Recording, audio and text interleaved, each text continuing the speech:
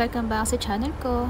Today, samahan niyo ako sa isang pinaka-popular na hiking spot sa Benguet, ang Mount Ulap. Nag-start kami ng biyahe from Baguio around 4 AM. Mga 1 hour lang papunta sa jump-off point. Sa barangay ang Pukaw ito. Pagdating doon, kailangan muna mag-register and get a guide. Required siya for everyone. First part ng train, paakyat agad. Pero manageable naman. May konting hingal, pero kayang-kaya. May mga resting points din na may magandang view. Perfecto for beginners na gusto ng breathtaking views, sea of clouds, at konting adventures on the side.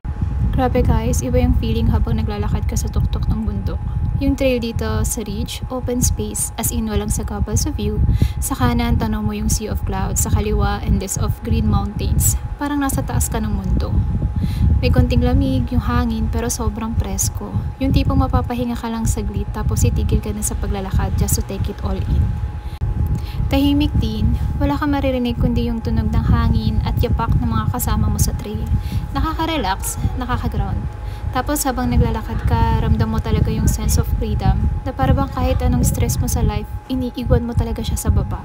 Minsan nga mapapaisip ka, grabe, ganito lang pala kasimple maging masaya. Sobrang surreal na experience. You're literally and figuratively on top of it all. Alam mo yung pakiramdam na parang wala kang kailangang isipin, kundi kung paano mo ma-enjoy tong moment. No deadlines, no noise, no pressure, just you, the mountains, and the sky. Mount Ulap really lives up to its name. Parang ulap nga lahat, ang gaan sa pakiramdam.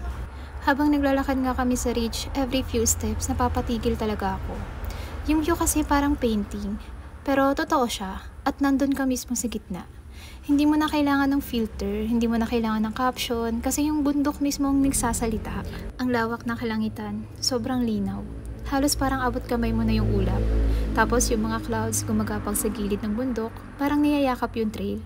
Ang sarap sa mata, pero mas masarap sa puso. Ang saya din ng shared experience na ganito. Yung tipong kahit pagod ka na, tatawa ka pa rin kasi may kasama kang pareho ng hirap, pero pareho rin ng saya. May kwentuhan, may kulitan, pero minsan tahimik lang din. Nagkakaintindihan kahit walang salita. Parang may unspoken rule na, guys, let's just enjoy this moment. Paglingon mo, makikita mo kung gaano nakalayo yung nilakad mo. At marirealize mo na, ay, oo nga no, kaya ko pala. Ganon din sa buhay. Minsan naakyat ka, mapapagod ka, pero pag tumingin ka sa likod, makikita mong worth it lahat. Nag-break kami sa summit. Ang baon ko, Skyflex, tubig at broken dreams. Yung iba may trail mix, ako may traidor na tuhod. Pero kahit ganun, busog naman sa tanawin. Charot! Mga natutunan ko sa mga pag-akyat ko,